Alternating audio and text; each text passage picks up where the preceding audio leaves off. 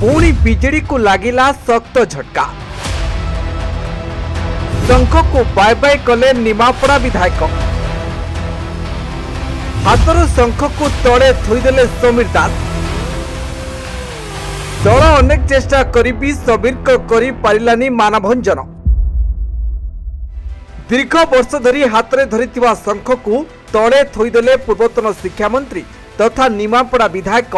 और निमापड़ा रे सुभिबनी समीर को शंखनाद। सबुदिन पाई निज पाखरु शंख को दूरेई देले बीजेडी जड़े टाणुआ नेता समीर रंजन दास। एने से शंख साई नवीन पट्टनायक पाखकू पठाइले इस्तफा पत्र।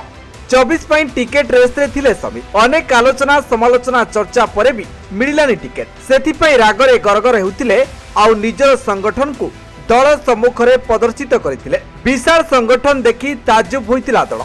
हेले कोन हेबो ना टिकेट मिलिला ना अभिमान को जीति पारिला बीजेडी। फेल मारिला दलर सब प्रकार चेष्टा। शत चेष्टा पर भी मानभंजन हेलानी समीर। बीजेडी कल बड़ कौशल फेर मारिला समीर आगे।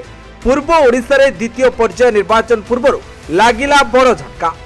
बिजु जनता दल इस्तफा देले दलर वरिष्ठ नेता तथा पूर्वतन शिक्षा मंत्री समीर रंजन दास। प्राथमिक सदस्य पदरु छाड़िथिबा नै देले सूचना। सुप्रीमो नवीन पट्टनायक पाखकू पठाइले निजर इस्तफा पत्र। तेबे सूचना अनुसार बीजेडी जने टाणुआ नेता भाबे बेस जनाशुना थिले समीर रंजन दास। बिजु जनता दल टिकेट रु निर्वाचन लड़ी निमापड़ारू थरे कि दुई थर नुहे तीन थर विधायक भाबे निर्वाचित होइचंती। प्रथमे 2009 तापर 2014 और 2019 रे विधायक भाबे निर्वाचित होई विधानसभा को आसीथिले समीर रंजन दास। अब एथिपई तांको पछरे रहिथिला निजर टाणुआ संगठन।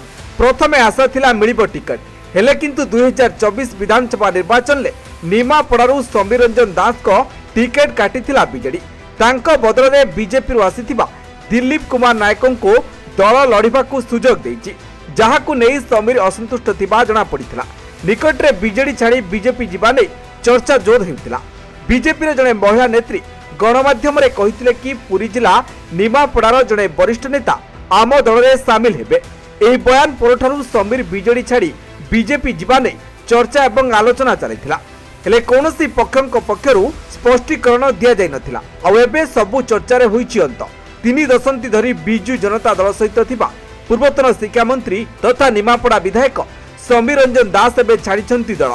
बीजेडी को कहिछंती बाय बाय। एक वीडियो वार्ता जरिया से बीजेडी रु छाड़िथिबा नै घोषणा करिछंती। आ बीजेडी सुप्रीमो को निजर इस्तफा पत्र पठाइथिबा मध्ये सूचना दैछंती।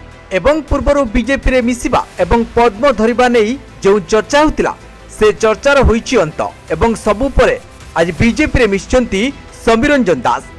बीजेपी रे मिसवा परे समीर को नुआ रणनीति कोन होउछि ताहा उपरे रहिछि सभिंकर नजर। Bureau report news 95 Odia. देश विदेश रो कोण अनुकोण टेक्निक खबर देखंतु आम सह यूट्यूब फेसबुक और इंस्टाग्राम रे आमको देखंतु लाइक शेयर और सब्सक्राइब करने को आद्यम भूल।